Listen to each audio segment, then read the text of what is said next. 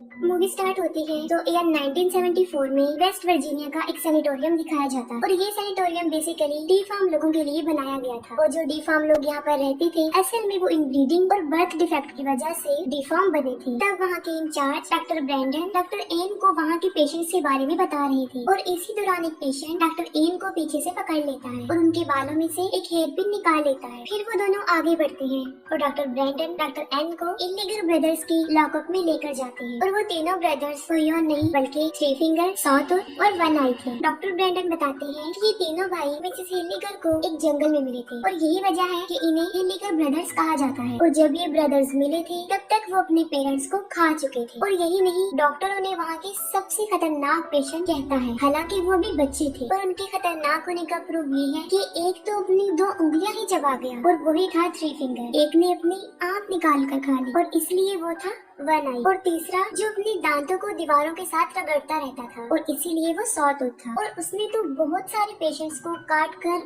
बुरी तरह जख्मी भी कर दिया था। ये सब बातें सुनकर डॉक्टर एन पूछते हैं कि ये तीनों इतनी सारी पेन को कैसे बेयर कर लेते हैं। इस पर डॉक्टर ब्रैंडन उन्हें बताते हैं कि इनको तो तकलीफ महसूस ही नहीं होती। इसके बाद वो लोग आगे बढ़ते हैं और जिस पेशेंट ने डॉक्टर एन की पिन निकाली थी वो उस पिन के जरिए लॉक खोलने लग गया था, लेकिन वो ऐसा नहीं करता क्योंकि वो इतना इंटेलिजेंट नहीं था। और वो तीनों भाई उसे देख लेते हैं और उससे वो पिन मांगते हैं, जिस पर वो पिन उनकी तरफ फेंकता है और उन ब्रदर्स में सबसे ज्यादा इंटेलिजेंट यानी थ्री फिंगर लॉक को खोल लेता है और वो चुपके से तीनों भाई बाहर आ जाते हैं और सिक्योरिटी गार्ड को मार देते हैं और फिर कंट्रोल रूम में जाकर सारे सेल्स को खोल देते हैं। और इसके बाद से ही वो जगह पूरी तरह मेंटल असाइलम बन जाती है। वो तीनों डॉक्टर एन को पकड़ लेते हैं और उसे इलेक्ट्रिक शॉक्स देते हैं और तब तक ऐसा करते हैं जब तक कि उसका दिमाग पूरी तरह पक ना जाए।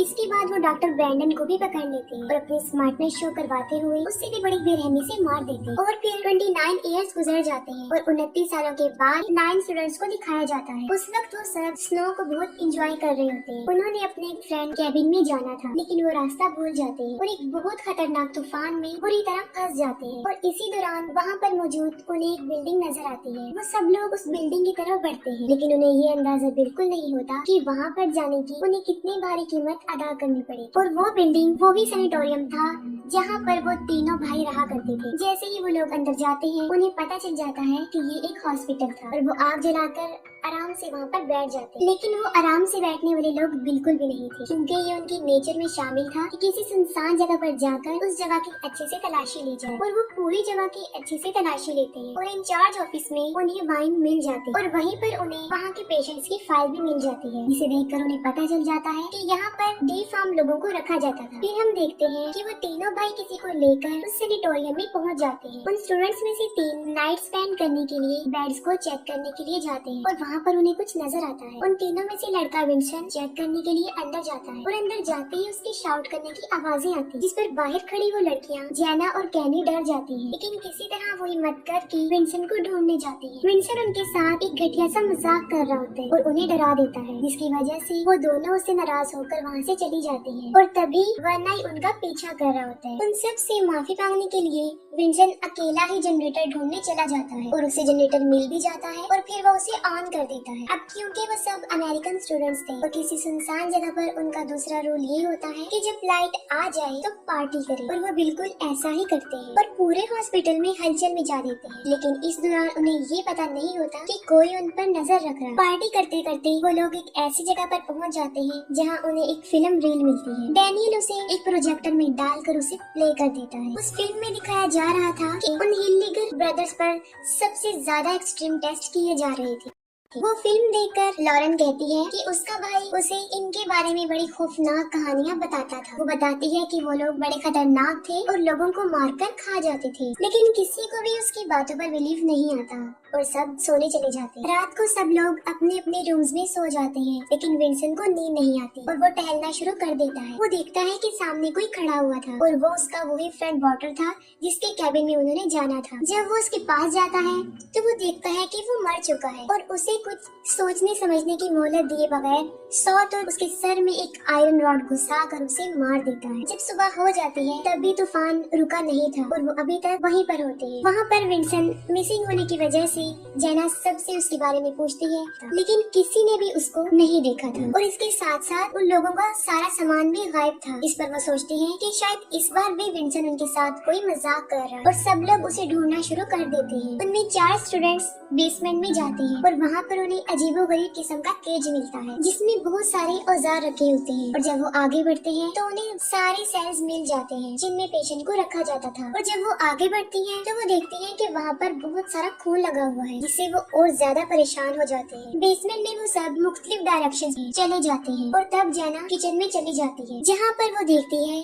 कि सॉटूथ वाटर के टुकड़े कर रहा होता है। तभी थ्री फिंगर वहाँ आकर सॉटूथ को ले जाता है। तब जेना भी जल्दी से वहाँ से भाग जाती है और उन सब लोगों के पास आकर उन्हें बताने की कोशिश करती है। तभी वाटर के जैकेट में कुछ उनके सामने आकर गिरता है। तब केनिया उसे चेक करने जाती है और जैसे ही वो जैकेट को खोल कर देखती है तो वो देखती है कि इसमें वाटर का कटा हुआ सर है। अभी वो सब संभले भी नहीं थे। वो तीनों भाई बालकनी से एक बाल वायर नीचे फेंक कर क्लेयर के गले में फंसाकर उसे ऊपर खींचने की कोशिश करते हैं। तब काइल उसके पाँव पकड़ लेता है और वो पूरा उसके खून से भर जाता है। इतनी कोशिश के बावजूद भी वो काइल को बचा नहीं पाता और उसका सर धड़ से अलग होकर उसके ऊपर गिर जाता है। वो सब वहाँ से भागने की कोशिश करते हैं लेकिन उनकी स्नोमोबाइल चल नहीं रही थी क्योंकि उन्होंने उनके स्पार्क प्लग निकाल दिए थे। अब उन्हें कुछ समझ नहीं आ रही थी कि क्या किया जाए। लॉरेन जो कि स्की चैंपियन थी वो डिसाइड करते हैं कि वो स्की करके हेल्प लेने जाएगी और तब वो मदद लाने के लिए वहाँ से चल पड़ती है। बाकी सबके पास गर्म कपड़े नहीं थे और वो उस तूफान में भी नहीं खड़े रह सकते थे। तब वो इंचार्ज ऑफिस में खुद को लॉक करने का डिसीजन लेते हैं। वो जल्दी से भागकर ऑफिस में जाते हैं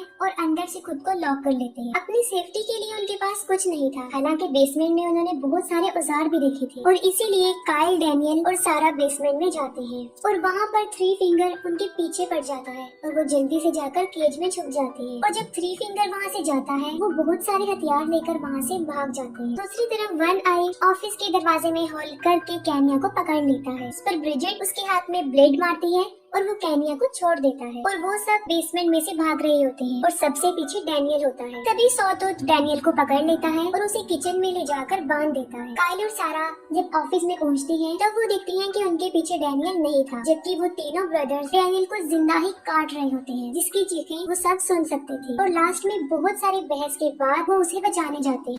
तब काइल देखता है कि वो तीनों उसकी मसल्स को काटकर तेल में फ्राई कर कर खा रहे थे और डैनियल उस टॉर्चर से बच नहीं पाता और उसे मरा हुआ देखकर वो सब डिसाइड करते हैं कि वो उन तीनों को अपने ट्रैप में फंसाएंगे। ये सोचते हुए वो उन लोगों पर अटैक कर देते हैं और उन्हें एक सेल में बंद कर देते हैं। तब काइल उन्हें जलाकर मारने का फैसला करता है लेकिन केनिया उसे ऐसा करने से रोक देती है। वो इसलिए मना करती है क्योंकि शायद उसकी इंसानियत जाग गई थी और वो उन्हें मासूम समझ रही थी। वो काइल को उन पर पहरा देने के लिए वहाँ पर रुकने को बोलते हैं और खुद जाकर सो जाते हैं। और यहाँ बदकिस्मती से वो उसी सेल में लॉक थे जहाँ पर वो 29 साल तक लॉक रहे। और सबसे बड़ी बात ये कि जिस पिन से उन्होंने वो लॉक खोला था अभी भी वो पिन वहीं पर ही पड़ी। और जब काइल सो जाता है तब थ्री फिंगर अपनी स्मार्टनेस दिखाता है और लॉक को खोल लेता है और बाहर आते ही सॉटूथ काइल को पकड़ लेता है। और जब केनिया काइल को चेक करने आती है तब खुद ब खुद जनरेटर बंद हो जाता है और हर तरफ अंधेरा हो जाता है। और वहाँ पर वो देखती है कि ना तो वहाँ पर काइल है और ना वो तीनों सेल में है। वो वापस आकर सबको बताती है और तभी वहाँ पर कोई दरवाजे पर आ जाता है जिसका फेस कवर होता है और वो सब समझते हैं कि शायद ये थ्री फिंगर है जिसको वो बड़ी बेरहमी से मारते हैं और वो जान से मर जाता है। फिर वो उसका फेस देखने के बारे में सोचते हैं। तब वो देखते हैं कि वो थ्री फिंगर नहीं था बल्कि वो काइल था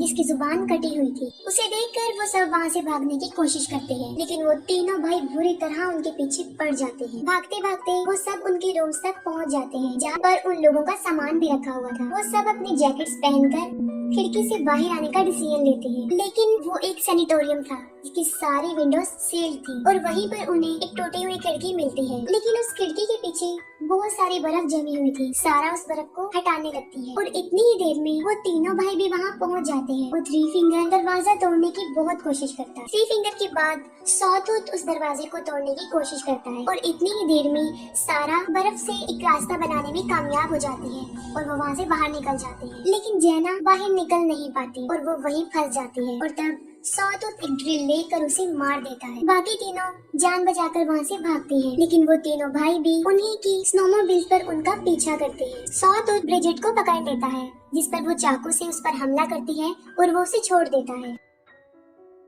दूसरी तरफ हमें लॉरेन दिखाई जाती है, जो बर्फ जमने की वजह से मर चुकी होती है। और यहाँ पर सबसे अफसोसनाक बात ये है कि मेन रोड उसके सामने ही था, जो तूफान की वजह से उसे नजर नहीं आया और वो हिम्मत हार कर वहीं बैठी रही और मर गई। अब सिर्फ केनिया और सारा ही बचते हैं और केनिया अपनी जान बचाकर भाग रही होती है और वन आई उसके पीछे पड़ा होता है। अभी वो केनिया को पकड़ने ही वाला होता है कि सारा उसे मारकर नीचे गिरा देती है और वो अपनी स्नोमोबिल्स लेकर वहाँ से चली जाती है। वो दोनों बहुत खुश होती है क्योंकि ये सब उन्होंने अपने प्लान के अकॉर्डिंग किया होता है। वो इतनी खुश होती है कि वहाँ पर लगी हुई वायर्स उन्हें नजर नहीं आती और उन दोनों का सर धड़ से अलग हो जाता है। तभी थ्री फिंगर वहाँ आता है और उनके सर उठाकर ले जाता है और उनकी बॉडी वहीं पर ही पड़ी रहती है और इसके साथ ही ये मूवी एंड हो जाती है।